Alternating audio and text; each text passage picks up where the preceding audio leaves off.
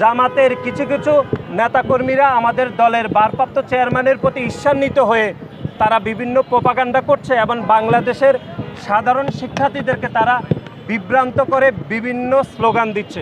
খুলনার ঘটনা নিয়ে তো সাধারণ শিক্ষার্থীরা কোনো স্লোগান দেয়নি, কুমিল্লার হত্যাকাণ্ড নিয়ে তো কোনো স্লোগান দেয়নি। আমরা চাঁদপুরে যেরকম একদম নৃশংস ঘটনা ঘটেছে, ইমামকে কুপিয়ে হত্যার চেষ্টা করা হয়েছিল, সেখানেও তো কথিত সাধারণ শিক্ষার্থীরা কোনো ধরনের স্লোগান দেয়নি। সুতরাং চকবাজারের ঘটনায় স্লোগান দেওয়ার উদ্দেশ্যই হলো রাজনৈতিক উদ্দেশ্য হাসিল। সংগঠন ছাত্র শিবিরের বিভিন্ন বট আইডি থেকে তারা সাধারণ শিক্ষার্থীদেরকে বিভ্রান্ত করে বাংলাদেশ জাতীয়তাবাদী ছাত্র দলের বিপক্ষে মব তৈরি করেছে। ঢাকা বিশ্ববিদ্যালয়ে মানসিক ভারসাম্যহীন একজন ব্যক্তিকে ঢাকা বিশ্ববিদ্যালয়ের শিক্ষার্থীরা পিটিয়ে হত্যা করেছে। তার দায়িত্ব তো ঢাকা বিশ্ববিদ্যালয়ের মাননীয় উপাচার্য মাননীয় প্রক্টরকে নিতে হয়নি। আপনারা জানেন যে 5 আগস্ট পরবর্তী সময়ে বাংলাদেশের বিভিন্ন ক্যাম্পাসগুলোতে আমরা গোপন তৎপরতার মাধ্যমে যারা বাংলাদেশের রাজনীতি কায়েম করেছে, বিশেষ করে 5 আগস্ট পরবর্তী সময়ে তারা বিভিন্ন গোপন তৎপরতার মাধ্যমে শিক্ষার্থীদেরকে বিভ্রান্ত করার অপচেষ্টা করছে। এবং আমরা দেখলাম যে গত 2 দিন আগে ঢাকার চকবাজারে একটি মর্মান্তিক এবং অনাকাঙ্ক্ষিত একটি হত্যাকাণ্ড হয়েছিল।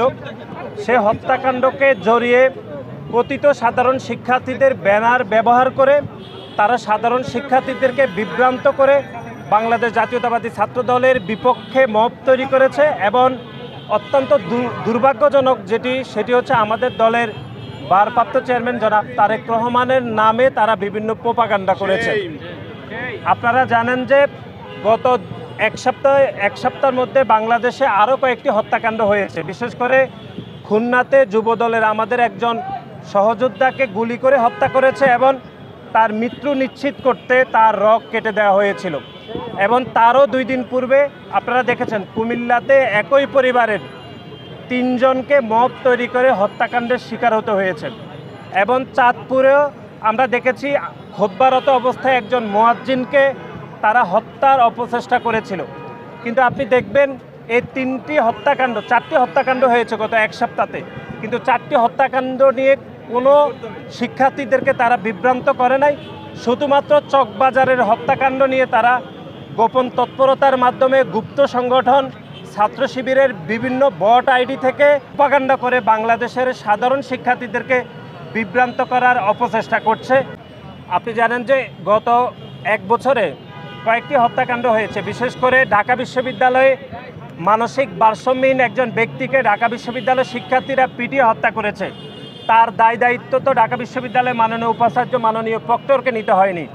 আমরা দেখেছি ঢাকা বিশ্ববিদ্যালয়ের সংলগ্ন এলাকাতে ঢাকা বিশ্ববিদ্যালয়ের মেধাবী শিক্ষার্থী শাহরিয়ার আলম সাম্যকে হত্যা করা হয়েছে। তার দায়িত্ব তো ঢাকা বিশ্ববিদ্যালয়ের মাননীয় প্রক্টর মাননীয় উপাচার্য নেয়নি। এবং আপনি দেখেছেন যে বেসরকারি বিশ্ববিদ্যালয়ের শিক্ষার্থী পারভেজকেও বৈষম্যবিরোধী ছাত্র আন্দোলনের কয়েকজন সন্ত্রাসী প্রকাশ্যে কুপিয়ে হত্যা করেছে। তার দায়িত্ব কিন্তু বৈষম্যবিরোধী ছাত্র আন্দোলনের নেতৃবৃন্দ নেয়নি।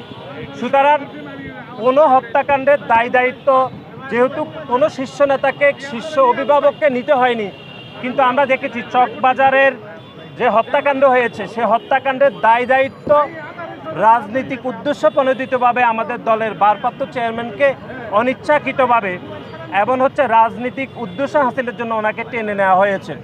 আমরা মনে করছি যে গণপ্রজাতন্ত্রী বাংলাদেশ সরকারের প্রধান উপদেষ্টা সহিত আমাদের দলের ভারপ্রাপ্ত চেয়ারম্যান জনাব তারেক রহমানের যে একটি ঐতিহাসিক বৈঠকের পরে বাংলাদেশের রাজনৈতিক পরিস্থিতি যখনই একটি সুবাতাস বইছে এবং বাংলাদেশের মানুষের অভিভাবক হিসাবে বাংলাদেশ জাতীয়তাবাদী দলের ভারপ্রাপ্ত চেয়ারম্যান জনাব তারেক রহমান যখন অত্যন্ত আস্থাশীল জায়গায় রয়েছে, ঠিক তখনই গোপন সংগঠনের সন্ত্রাসীরা এবং বিশেষ করে জামাতের কিছু কিছু নেতাকর্মীরা আমাদের দলের ভারপ্রাপ্ত চেয়ারম্যানের প্রতি ঈর্ষান্বিত হয়ে তারা বিভিন্ন প্রোপাগান্ডা করছে এবং বাংলাদেশের সাধারণ শিক্ষার্থীদেরকে তারা বিভ্রান্ত করে বিভিন্ন স্লোগান দিচ্ছে।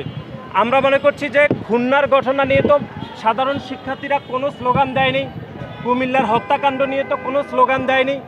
আমরা চাঁদপুরে যেরকম একদম নৃশংস ঘটনা ঘটেছে, ইমামকে কুপিয়ে হত্যার চেষ্টা করা হয়েছিল, সেখানেও তো কথিত সাধারণ শিক্ষার্থীরা কোনো ধরনের স্লোগান দেয়নি। সুতরাং চকবাজারের ঘটনায় স্লোগান দেওয়ার উদ্দেশ্যই হলো রাজনৈতিক উদ্দেশ্য হাসিল, এবং এটি গোপন সংগঠনের নেতাকর্মীরা বাংলাদেশের সাধারণ শিক্ষার্থীদেরকে মব তৈরি করে বিভ্রান্ত করার অপচেষ্টা করছে। আমরা আমাদের অবস্থান পরিষ্কার করতে চাই, কিন্তু এর মাধ্যমে কোনো ধরনের বিশৃঙ্খলা আমরা তৈরি করতে চাই না। যারা বাংলাদেশের সাধারণ শিক্ষার্থীদেরকে কথিত সাধারণ শিক্ষার্থী বলে আপনারা কোনোভাবে বিভ্রান্ত করার অপচেষ্টা করবেন না।